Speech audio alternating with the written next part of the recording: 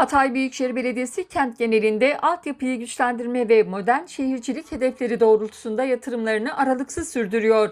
Hatay Büyükşehir Belediyesi Su ve Kanalizasyon İdaresi Genel Müdürlüğü Hatsu tarafından sürdürülen Kırıkhan Kanalizasyon Şebeke İnşaatı projesi ile ilçenin kanalizasyon altyapısı modern standartlara kavuşturuluyor.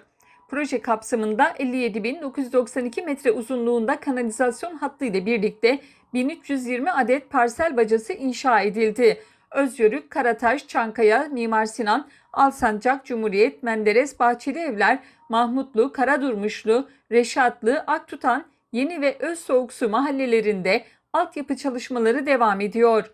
Hatsu yetkilileri Kırıkhan genelinde vatandaşlara daha sağlıklı, güvenli, sürdürülebilir bir çevre sunmak amacıyla sürdürülen projeyle atık su yönetiminin daha etkin hale getirileceğini ifade etti.